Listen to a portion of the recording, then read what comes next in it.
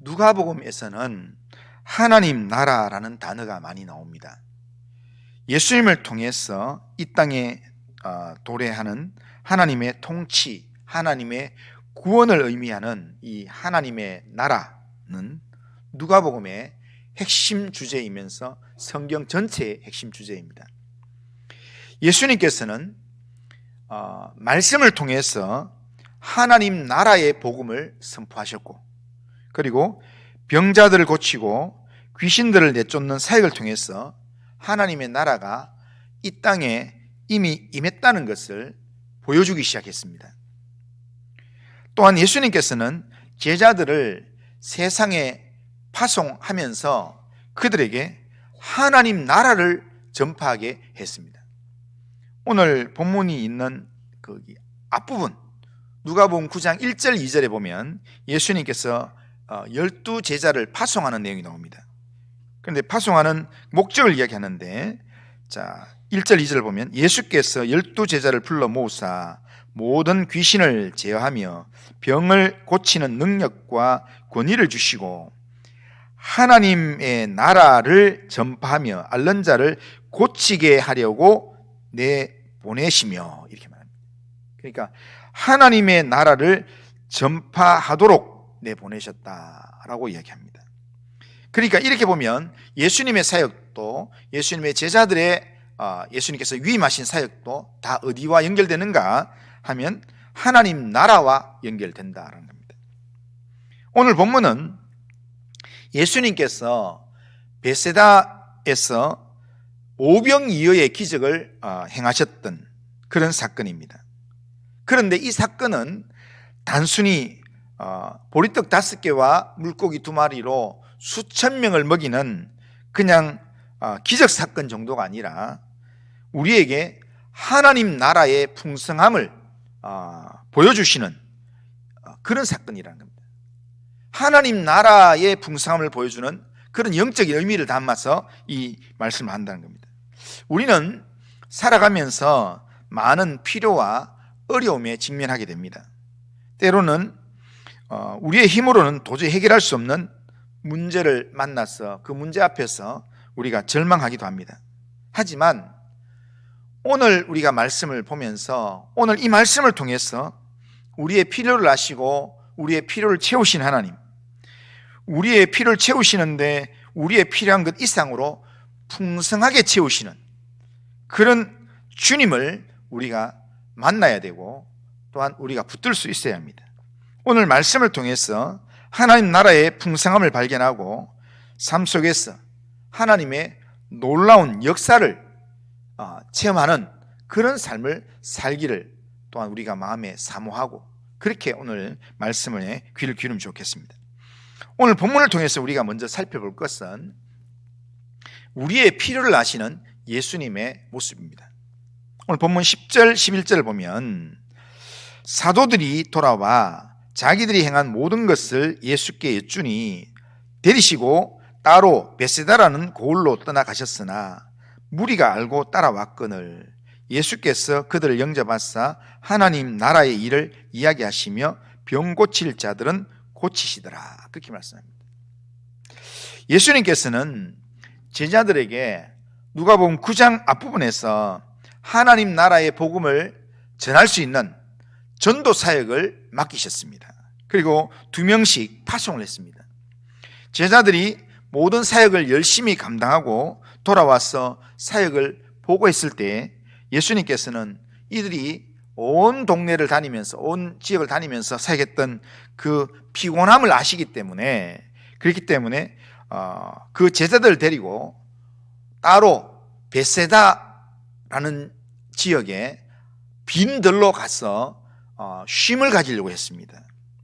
그러니까 제자들이, 주님은 일만 맡기시는 분이 아니라 일을 맡기고 난 다음에 그 일을 감당하고 난 다음에는 수고했다고, 피곤한 줄 아시고 예수님께서 이 제자들에게 쉼을 주기 위한 그런 이 자리로 제자들을 데리고 가셨다는 겁니다.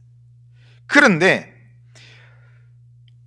예수님과 제자들이 쉬러 가는 그 자리에, 휴가하러 가는 자리에 지금 무리들이 예수님이 가는 길을 보고는 벳세다까지 따라왔습니다.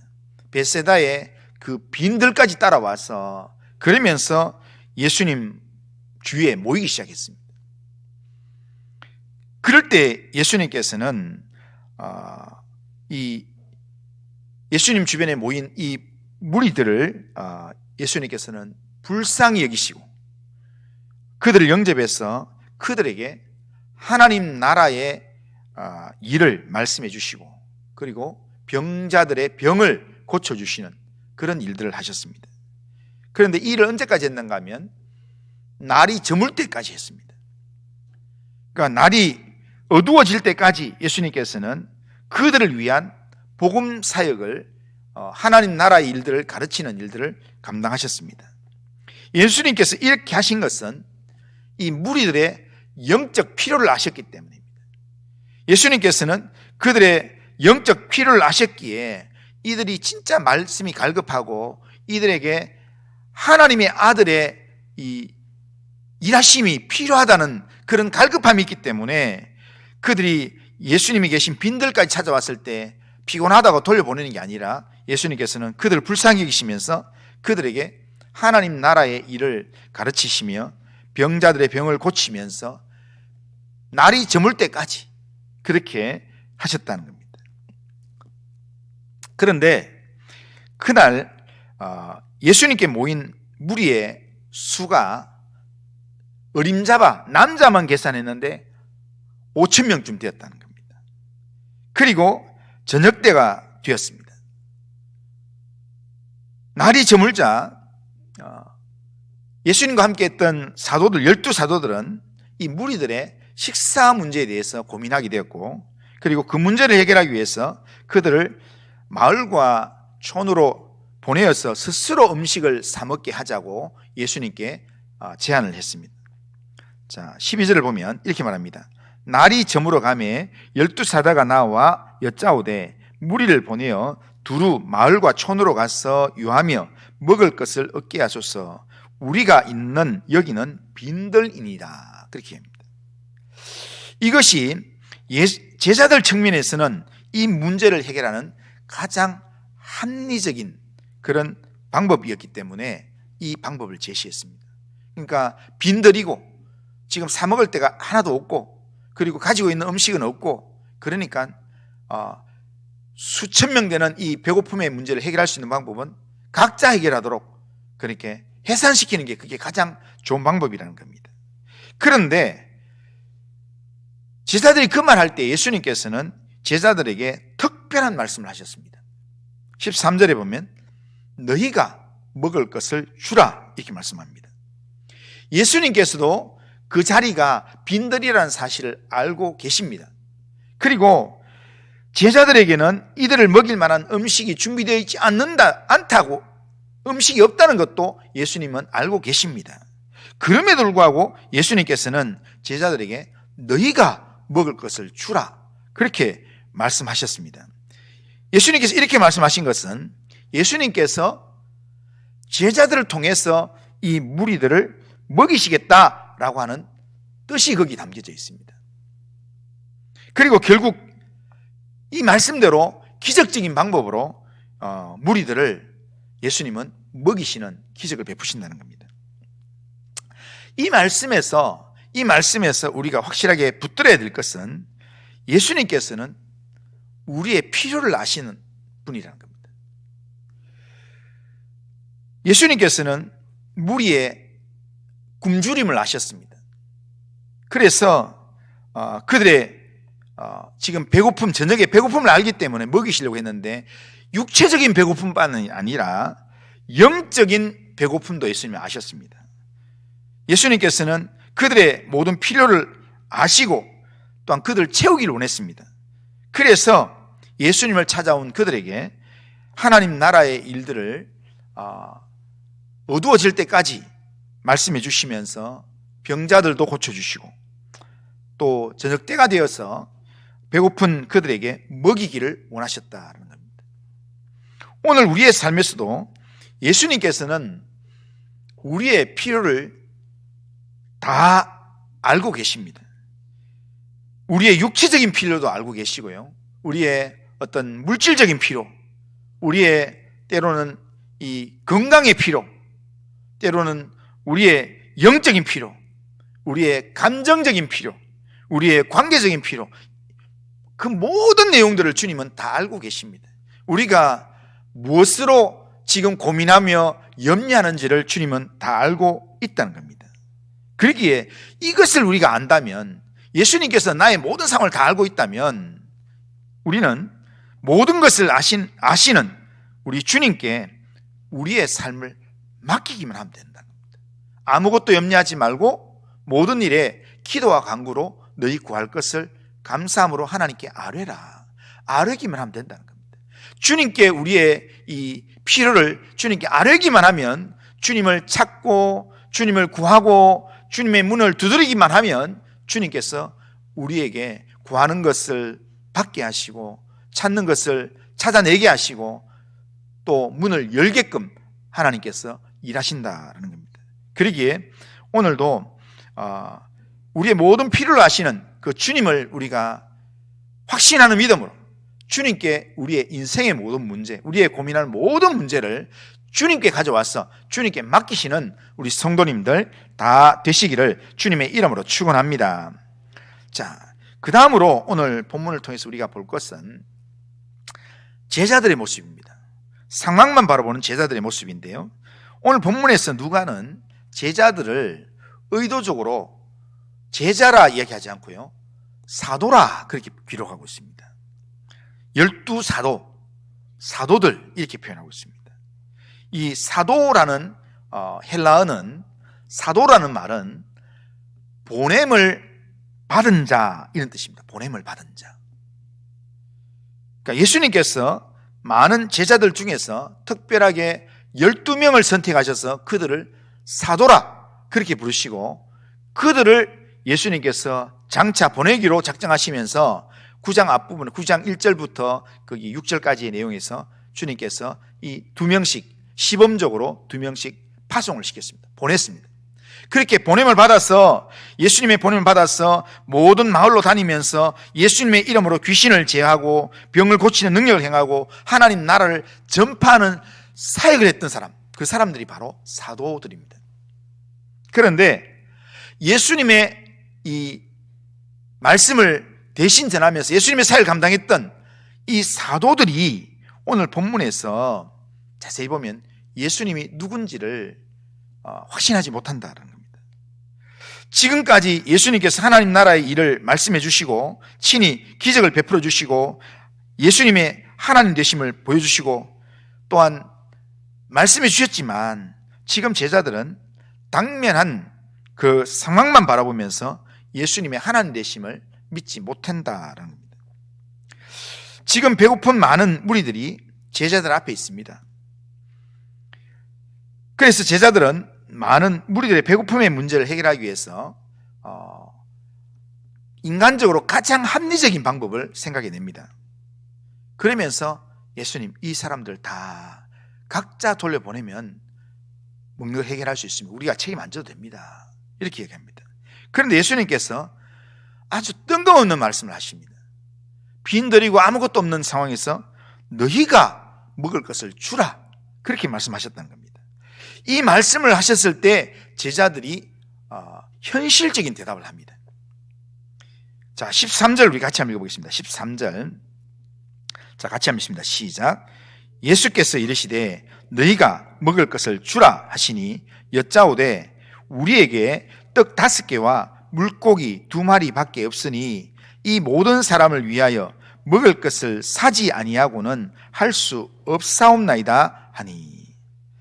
이 말은 현실적 상황을 정확하게 파악한 그런 아주 성향이 아주 이렇게 상황 파악을 빨리 할 수 있는 그런 사람의 대답입니다. 그런데 제자들이 이 대답은 현실적 상황을 정확하게 파악한 대답이지만 예수님의 일하심을 전혀 고려하지 않은 대답이라는 겁니다. 예수님께서 말씀하실 때는 예수님도 이 상황을 다 알고 있으면서도 너희가 먹을 것을 주라, 이렇게 예수님 말씀할 때는 예수님은 예수님 이 말씀할 때는 항상 답을 가지고 이야기하십니다. 그러니까 예수님이 뭔가 일할 수 있는 답이 있다면 주님이 한번 일해 주십시오. 주님께서 일하기를 원합니다. 라고 주님을 거기에 개입하는 게 아니라 주님이 개입하는 모든 부분을 싹 빼고, 그리고 지금 우리가 가진 거는 이것밖에 없습니다.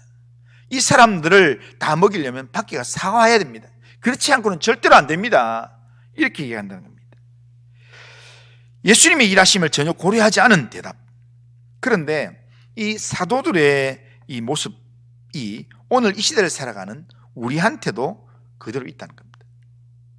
하나님께서 주시는 말씀을 듣고 하나님께서 우리의 행하시는 놀라운 은혜를 우리가 체험하고 또 교회를 섬기는 그런 봉사도 하고 하는데, 실제 삶의 현장에서 어려움을 만나고 주님께서 내게 말씀을 주실 때 두려워하지 말고 믿기만 하라 라고 말씀하면, 네가 나아가라 라고 이야기하면, 그러면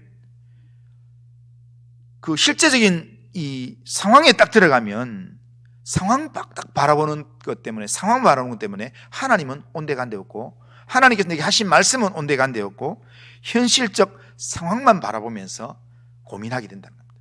사람 찾아다니고 또 이 문제를 해결하기 위해서 밤잠을 설치하면서 그렇게 한다는 겁니다. 주님은 우리에게 너희가 먹을 것을 줘라, 너희를 통해서 해결하겠다 이야기하고, 또 두려워하지 마라, 믿기만 해라, 주님께서 그렇게 말씀하시는데, 우리는 현실적 상황만 바라보고 두려워하고 하나님의 살아계심을 믿지 못하고 하나님을 온전히 의지하지 못하는 그런 말을 하기도 하고 그런 행동을 할 때가 종종 있다는 겁니다.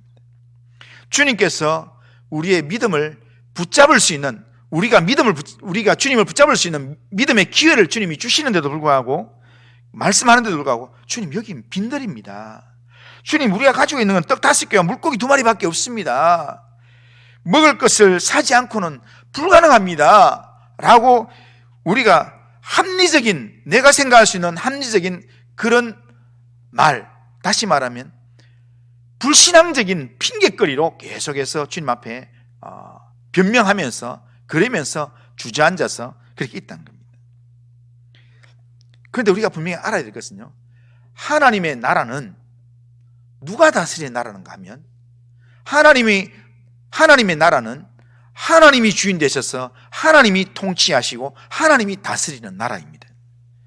그러니까 지금 하나님 나라의 부름을 받은 백성이라면 하나님의 말씀에 우리가 귀를 기울이고, 하나님의 말씀이 내게 주어지면 주의 말씀대로 이루어질 줄로 믿습니다 라고 응답을 하고 순종하는 게, 그게 하나님 나라의 백성이라는 겁니다. 모든 일에서 우리가 하나님께 집중하고 또한 하나님의 인도하심에, 하나님의 신호에 우리가 귀를 기울이고 살아가는 것, 그게 하나님 백성의 모습이라는 겁니다. 우리가 이렇게 우리의 삶을 살아갈 때 하나님의 말씀에 따라서, 하나님의 신호에 따라서 우리가 살아가면 우리가 삶에서 하나님 나라를 체험하게 됩니다. 하나님 나라의 풍성함을 체험하게 됩니다. 그리고 하나님의 나라의 일꾼으로 우리가 쓰임받게 됩니다. 우리가 주님 내가 여기 있습니다, 나를 사용해 주십시오, 아무리 이야기하더라도 내가 하나님의 말씀을 듣지 않고 하나님 말씀에 순종하지 않으면 하나님의 일에 쓰임받지 못합니다. 사도라고 하는 이름만 가지고 하나님 나라의 일꾼이 되지 않습니다. 오늘 본문에 사도라는 말이 계속 나오는데, 사도라는 이름만 있다고 하나님 일꾼이 되지 않는다는 겁니다. 하나님 나라의 일꾼은 하나님을 유일한 통치자로 인정을 하고 하나님의 말씀에 온전히 귀를 기울이고 그 말씀에 순종하는 그 사람이 하나님의 일꾼이 된다는 겁니다. 내가 있는 삶의 장소가 빈들이어도 괜찮습니다. 아무것도 없는, 정말 내가 의지할 곳이 아무것도 없는 광야라도 상관이 없습니다. 내가 가지고 있는 것이 보리떡 5개와 물고기 2마리 정도밖에 안 되는, 요것밖에 없는 그런 내용이라도 상관없습니다. 내 통장 잔고에 오늘 하루 먹을 식사값밖에 없다, 그런 상황이라도 상관없습니다. 내가 감당해야 될 문제가 5,000명이 넘는 엄청나게 많은 그런 무리들을 먹여야 되는 그런 일이라도 상관이 없습니다. 내게 주어진 상황이 어떤 상황이라 할지라도 내 인생의 주인이 하나님이심을 믿고 하나님이 내 삶을 주관하신다는 것을 믿는다면, 하나님을 믿는 믿음으로 나가면 하나님께서 내 삶을 주관하신다는 겁니다. 하나님께서 내 삶을 다스린다는 겁니다. 내 인생의 주인이신 하나님이 내 삶을 주관하시면 이런 삶에도 하나님의 뜻이 이루어집니다. 그러므로 살아계신 하나님의 말씀에 우리가 귀를 기울여야 합니다. 현실을 직시하고 현실 파악을 잘하는 사람, 세상에서는 똑똑합니다. 그러나 하나님과는 관계가 없습니다. 때로는 현실 파악을 잘 못한다 할지라도 주의 말씀에 귀를 기울이면서 주님이 나한테 어떻게 말씀하시는가, 주님이 나를 어떻게 인도하기를 원하시는가, 주님께 일을 맡기면 우리는 하나님 나라의 풍성함을 경험하게 된다는 겁니다. 우리가 믿는 하나님은 우리의 현실적 상황 안에서만 일하신 하나님이 아닙니다. 우리가 이해되는, 우리가 예상할 수 있는 정도로만 움직이시는 하나님이 아니라는 겁니다. 하나님은 상황을 뛰어넘어서 기적적으로 일하시는 능력의 하나님이십니다. 그러기에 이런 능력의 하나님을 의지하면 우리는 어떤 상황에서도 현실적 상황만 바라보는 게 아니라 살아계신 하나님 바라보면서 하나님의 인도함을 받게 된다는 겁니다. 바울이 고백했던 것처럼 내게 능력 주시는 자 안에서 내가 모든 것을 할 수 있느니라. 이 고백, 이 바울의 이 고백처럼 능력의 하나님을 의지하고 내 삶에서 주님이 내게 무슨 말씀을 하시든지 그 말씀을 생명의 말씀으로 받고 그 말씀대로 순종해 보시기 바랍니다.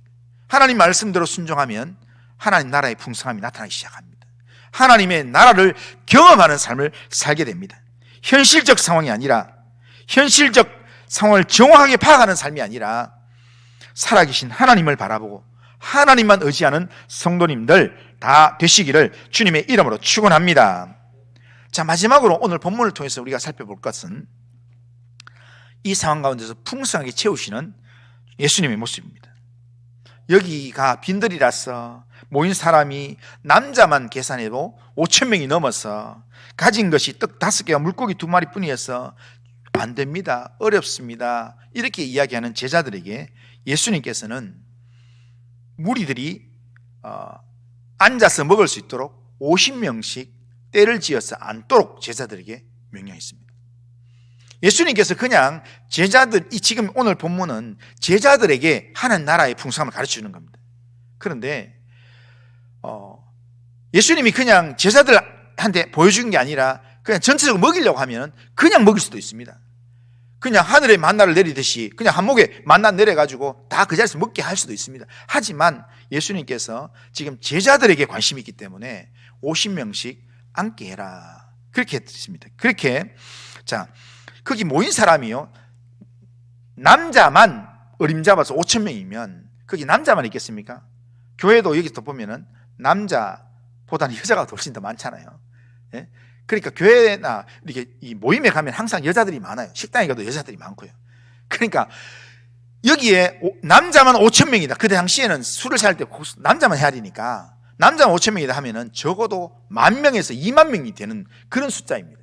그런데 50명씩 자리를 앉힌다고 하면요, 50명씩 이렇게 음식을 먹을 수 있도록 이렇게 서로 때를 지어 앉힌다고 생각해 보면, 뭐 여기에 50명, 우리 여기 본당에 50명을 먹도록 앉힌다고 하면 여기에 많이 앉아봐요. 이렇게 둘러 앉는다면은 한 2그룹 정도밖에 못 앉아요. 그런데 장정만 5,000명, 그러면 남자만 5,000명, 10,000명에서 20,000명 정도 되면요, 10,000명이라고 계산하면 50명씩 앉히면 그룹이 몇 개가 나오는가? 200개 이상이 나옵니다. 10,000명일 때 200개 이상이 나오는데 거기에 더 이상이 되면 훨씬 더 많은, 그러니까 이게 50명씩 앉혔는 게요, 그냥 여기 한 자리에 모여가지고 자 여기서 자 떡 나누겠습니다, 우리 성찬식 하듯이 제가 나누는 거 다 보이고, 이게 아니라 지금 이 당암동 이 일대 전부 다가 50명씩 종기종기 이렇게 앉아있는 넓은 빈들에 50명씩, 여기도 50명 저기 가물가물한 거기까지 이렇게 앉아있는 그 상황입니다. 그런데 제자들에게 50명씩 먹을 수 있도록 앉혀라 라고 했을 때 제자들이 2번 불신앙적인 말을 하는 게 아니라 주님께서 50명씩 먹을 수 있도록 앉혀라 라고 할 때 제자들이 그 말씀에 순종을 했습니다. 제자들이 순종하는 그때부터 놀라운 기적이 일어나기 시작했습니다. 자, 먼저 16절을 한번 보겠습니다. 16절 같이 한번 읽어보겠습니다. 자, 시작. 예수께서 떡 5개와 물고기 2마리를 가지사 하늘을 우러러 축사하시고 떼어 제자들에게 주어 무리에게 나누어 주게 하시니. 여기에 우리가 발견할 수 있는요, 예수님에게서 발견할 수 있는 기적이 한 가지 있습니다. 그게 뭐냐면 하늘을 우러러 축사하는 겁니다. 축사한다는 말은 감사하는 겁니다. 감사기도 하는 겁니다. 예수님께서 이 떡 5개와 물고기 2마리 가지고 하나님께 감사했다는 겁니다. 감사기도 했다는 겁니다. 우리는 어떻게 했습니까? 자, 50명씩 지금 한 10,000명, 20,000명이 이래 앉아 있는데 딱 먹을 거라고는 딱 보리떡 5개와 떡 5개와 물고기 2마리 딱 도시락 1개밖에 없습니다. 그러면 그걸 보는 순간 걱정이 되지 않겠습니까? 이것과 의할까요? 하나님 의하면 좋겠습니까? 이렇게 생각하지 않겠습니까? 그런데 예수님은 다 앉히고 준비가 딱 먹을 준비가 다 되고 다 이렇게 먹을 딱 준비를 하고 있는 무리들 앞에서 예수님께서 딱 1인 식사 거기 떡 5개 물고기를 딱 가지고 예수님께서 뭐 했는가? 하나님 감사합니다. 이게 기적이라는 거예요. 오늘 우리의 삶 가운데서요, 오늘 우리의 삶 가운데서 도저히 상황이 안 될 것 같은데, 도저히 이게 불가능할 것 같은데, 그런데 내 마음속에서 자연스럽게 하나님이 하시면 될 것 같다, 감사합니다, 이 고백이 나오는 게 이게 우리 심령에 일어나는 기적입니다. 오늘 우리의 심령에 하나님께서 주시는 기적이 일어나면 그 기적은 우리의 현실로 나타나게 되어 있습니다. 그러니까 오늘 우리가 하나님 앞에서 먼저 내 마음에 기적이 먼저 일어나야 합니다. 주님은 그걸 보여주는 겁니다. 주님은 지금 제자들은 지금 눈앞에 보이는 떡 5개 이것만 보고 있는데, 주님은 이 떡 5개를 통해서 이 10,000명 이상의 사람들 먹일 그런 떡들을 보면서 주님께 감사하고 있는 겁니다. 그렇게 감사하고 난 다음에 그리고 제자들에게 나누게 했습니다. 그러니까 예수님께서 제자들에게 나눠주면서 이렇게 무리들에게 나눠주도록 만들었습니다. 그런데 제가 한번 상상을 해봤어요. 제자들이 지금 이렇게 예수님이 여기 있고, 그리고 제자들이 예수님 앞에 있는데 50명씩 때를 지어서 앉히게 해라 해서 막 그룹을 한 200개, 300개를 막 이렇게 쫙 해서 저기 막 이렇게 그 서면 동일 파크 있는 그쪽에도 사람 앉히고 주차장에도 앉히고, 그리고 또 이게 뭔가 뭐 단감 사거리 그쪽에도 앉히고 맥도날드 쪽에도 앉히고 막 다 이렇게 앉혀가지고 예수님 다 앉혔습니다 할 때 제자들이 12명이 딱 왔을 때 예수님께서 기도하시고 감사기도 하시고 제자들에게 너희들이 나눠줘야 된다 하면서 제자들에게 나눠주는데, 제자들이 가지고 있는 바구니에, 거기 나중에 바구니가 있으니까요, 제자들이 바구니를 가지고 섰을 때 바구니에 예수님이 탁 떼주는 겁니다. 그런데 제자들이 눈 보는 앞에서 이 떡이 분명히 5개밖에 없었는데 제자들이 나눠주는데 나눠주니까 또 나오고 그래서 베드로의 바구니에도 가득 채우고 안드레의 바구니에도 가득 채우고 또 빌립의 바구니에도 가득 채우고, 그래서 너희들이 무리에게 나눠주라. 그래서 제자들이 우리 성찬식 하듯이, 장로님들 나누듯이 제자들이 그 바구니 들고 가서 무리들한테 이렇게 나눠줍니다. 나눠주고, 그런데 50명 그룹에 막 바구니 하나에 50명 분을 못 들을 거니까, 그러니까 다 나눠주고 빨리 뛰어가지고 또 예수님한테 오면 또 예수님이 또 담아주면서, 그러니까 무리들은 지금 제자들이 엄청난 음식을 준비해서 지금 이렇게 막 나눠주는 걸로 생각하지만 지금 무리들은 지금 막 앉아있기 때문에 안 보입니다. 그런데 제자들은 자기 눈앞에서 지금 예수님의 손에서 빵들이 막 이렇게 기적이 일어나는 모습을 매 순간 보게 됩니다. 제자들의 영적 필요가 어떤 것이 있겠습니까? 예수님 하나님 나라에 대한 복음을 전하고 병자 고치고 그거에 대한 사역하고 피곤했지만, 몸이 피곤했지만 하루 종일 또 병자들 또 무리들 찾아온 것을 섬기는다고 제자들이 피곤했지만, 제가 이 장면을 한번 생각해 보니까요, 예수님 앞에서 빵을 나누는 이 제자들의 마음이 피곤했을까? 육신은 피곤했을지 모르겠지만 마음은 한 개도 안 피곤했을 것 같아요. 제가 그 자리에 있었으면요, 거기에 적어도 200개, 10,000명 정도라면요 12명이 적어도 18번, 19번 한 번에 50명을 다 한 광주를 갖다 준다 하더라도 18번 이상 왔다 갔다 해야 합니다. 예수님께 받아가지고 또 갖다 주고 받아가 또 갖다 주고 이렇게 해야 되는데, 그런데 한 번 바구니에 얼마나 많이 담을지 모르겠지만 한 번 바구니에 50명분을 담기는 어렵습니다. 그러니까 한 2번 나눈다 아니면 3번 나눈다 이렇게 생각하면요 적어도 제자들은 예수님 앞에 바구니를 들고 와서 이렇게 나눠주는 걸 한 50번 이상 왔다 갔다 했는 걸로 알고 있습니다. 그런데도 하나도 피곤하지가 않아요. 예수님이 이런 일을 하셨다. 주님이 우리에게 먹을 걸 주셨다고. 그런 풍성함의 기쁨을 가지고 기쁨으로 나누면서 그러면서 이렇게 지금 기적을 나누는 삶을 살았습니다. 그렇게 17절 앞부분에 보면 다 먹고 다 배불렀더라. 그러니까 남자만 5,000명, 약 10,000명, 20,000명 되는 그 사람들이 다 먹고 다 배불렀다 그렇게 이야기합니다. 그리고 남은 조각을 12바구니에 거두었다 그렇게 이야기합니다. 예수님께서는 오병의 기적을 통해서 단순히 굶주린 무리를 배불리 먹이시는 정도가 아니라 남은 음식이 12바구니에 가득 찰 정도로 풍성한 은혜로 베푸셨다라는 그런 의미로 여기 말합니다. 여기서 우리가 알 수 있는 것은 주님께서 우리에게 필요한 것을 채우실 때는요 주님이 우리에게 채우실 때는 적당하게 아슬아슬하게 주님이 주시지 않습니다. 주님은 우리의 필요한 것 그 이상으로 풍성하게 채우시는 분이십니다. 이걸 보여주는 겁니다. 하나님께서는 우리의 필요를 아셔서 우리의 필요를 채워주시는데 우리에게 필요한 것 이상으로 풍성하게 채워주시는 분입니다. 우리의 기대와 생각을 뛰어넘는 풍성한 은혜를 베푸시는 분입니다. 우리가 주님의 말씀에 귀를 기울이고 주님의 말씀에 순종하는 삶을 살면 하나님께서는 우리의 온갖 구하는 것이나 생각하는 것에 넘치도록 응답하시는 주님인 줄로 믿습니다. 주님이 다스리는 나라에는 부족함이 없습니다. 주님이 다스리는 나라는 부족함이 없는 나라입니다. 그래서 시편 23편 1절 한번 외워볼까요? 자, 여호와는 나의 목자시니 내게 부족함이 없으리로다. 부족함이 없이 우리의 심령을 채워주시는 분, 그분이 바로 주님이고 그런 나라가 주님이 다스리는 나라라는 겁니다. 부족함이 없이 풍성하게 채우시는 하나님을 온전히 의지하고 또 주를 믿는 믿음으로 주님과 동행하는 그런 믿음의 삶을 살길 바랍니다. 그리고 마지막으로 오늘 본문에서 우리가 꼭 붙들어야 될 것은 남은 음식을 거두게 하셨는데요, 남은 음식을 12바구니에 거두게 하셨다라는 것은 지금 누구도한테 주는 메시지냐면 제자들에게 주는 메시지입니다. 제자들에게 나눔의 복을 지금 눈으로 보게 만들어주는 내용입니다.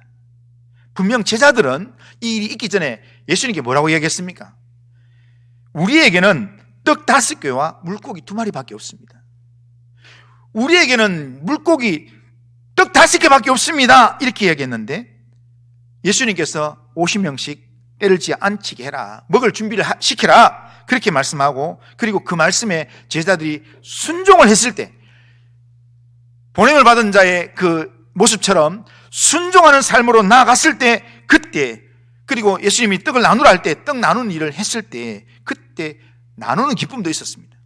나누는 기쁨도 있었는데, 그런데 나누는 기쁨을 다 마치고 나니까, 그러니까 이 떡을 다 나눠주니까 또 예수님 받아가지고 또 가니까 우리 더 이상 배불러서 못 먹겠어요, 이제 그만 가져오세요 해서 갔다가 이제 더 이상 나눠줄 데가 없어서 남은 떡을 가져왔는데 예수님께 돌아와서 더 이상 나눌 데가 없습니다 했는데 베드로도 한 바구니 그대로 갖고 있고 또 안드레도 한 바구니 그대로 갖고 있고 또 빌립도 한 바구니 그대로 갖고 있고, 그러면서 각자가 한 바구니씩 다 이렇게 들고 있는 겁니다. 그 장면 한번 생각해 보면 이 오병이의 사건이 있기 전에는 제자들이 우리 모두에게 다 패가지고 떡 5개밖에 없습니다 이랬는데 주님의 말씀에 순종함으로 나왔을 때 모두가 한 바구니씩 다 들고 그렇게 마무리된다는 겁니다. 이 제자들의 마음에 떡을 많이 먹어서 배부르겠습니까? 떡을 많이 먹어서 배부른 게 아니라 주님의 이 풍성하게 응답하시는 주님의 일하심을 경험했기 때문에 영혼이 배부르게 된 줄로 믿습니다. 제자들이 지금 허기진 이 상황 가운데서 주님은 제자들의 육신의 필요를 채워주길 원했지만, 그러나 상황이 딱 바뀌었을 때 예수님은 이 상황을 통해서 제자들의 영혼을 채우는 그런 오병이의 기적으로 하나님 나라의 풍성함을 보여주셨다는 겁니다. 주님의 이름으로 순종하고 나누는 자에게 주님은 더 많은 것을 채워주신다라는 겁니다. 누가복음 6장 38절에 보면 이런 말씀이 있습니다. 같이 한번 읽겠습니다. 시작. 주라, 그리하면 너희에게 줄 것이니 곧 후이되어 누르고 흔들어 넘치도록 너희에게 안겨주리라. 아멘. 주님께서는 우리에게 풍성한 은혜를 베푸셔서 우리도 다른 사람과 나눌 수 있도록 그렇게 인도하십니다. 그런데 역으로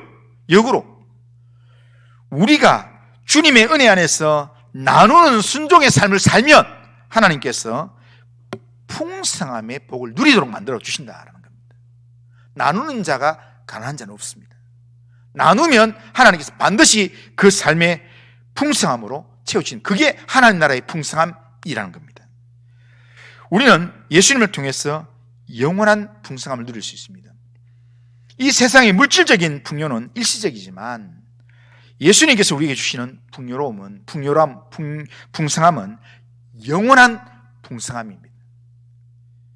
그렇기 때문에 우리는 주님으로부터 임하는 그런 영원한 풍성함을 사모하면서 우리가 주님의 말씀에 귀를 기울이고 또한 주님의 말씀에 온전히 순종함으로 주님의 다스림을 받는 그런 믿음의 삶을 살기를 바랍니다. 주님의 다스림을 받으면 하나님 나라의 풍성함을 경험하게 될 것입니다.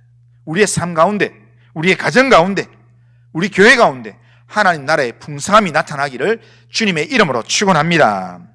자, 한번 따라하겠습니다. 주님의 말씀에 온전히 순종하면 하나님 나라의 풍성함을 체험합니다. 아멘. 자, 하나님 나라의 풍성함을 체험하는 그런 신앙생활하는 우리 성도님들 다 되시기를 주님의 이름으로 축원합니다. 우리 다 같이 일어나셔서 자, 찬송가 390장 자, 1절, 2절, 4절 하겠습니다.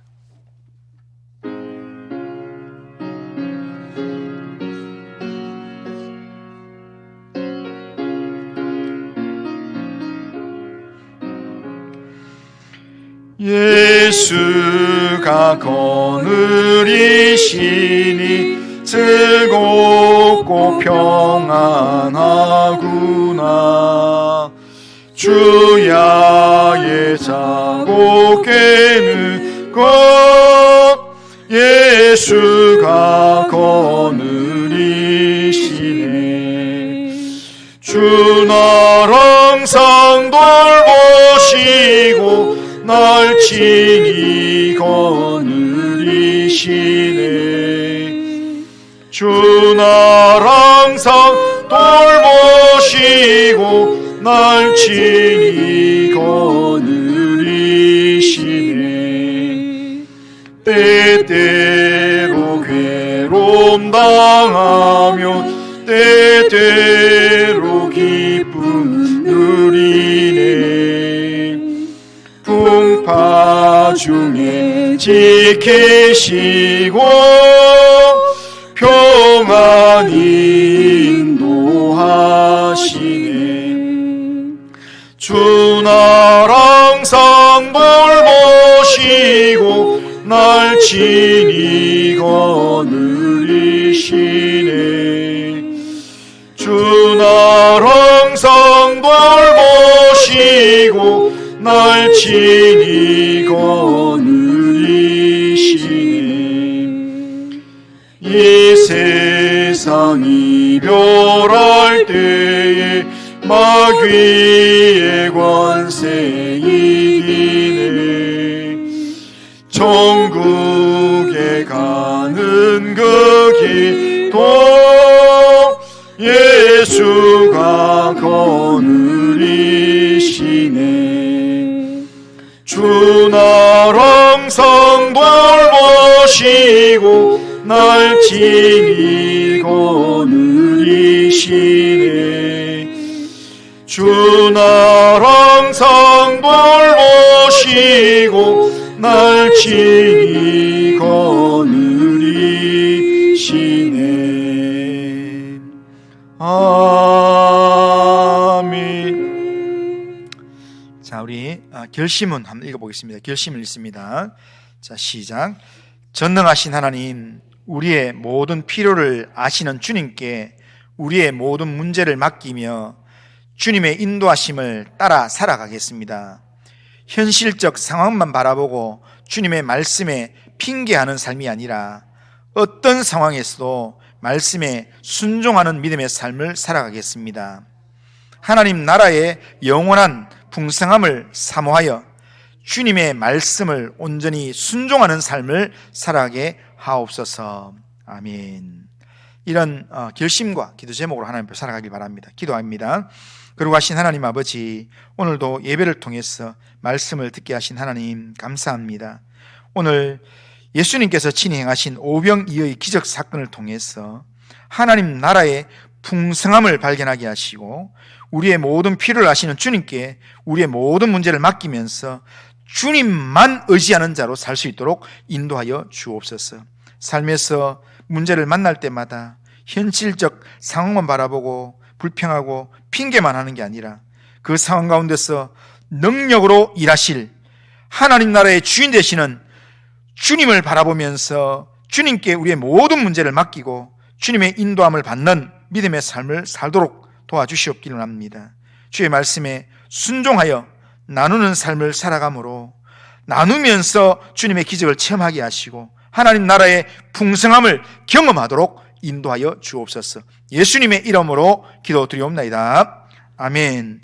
주 예수 그리스도의 은혜와 하나님 아버지의 사랑과 성령의 교통하심이 우리의 모든 필요를 아시는 주님께 우리의 모든 문제를 맡기며 현실적 상황만 바라보고 핑계하는 것이 아니라 어떤 상황에서도 하나님 나라의 영원한 풍성함을 사모하며 하나님의 말씀에 순종하는 믿음의 삶을 살기로 원하는 이 자리에 모든 주의 백성들 심령 위에 또한 우리 교회 위에 이 나라 민족 위에 이제로부터 영원토록 함께 있을지어다. 아멘.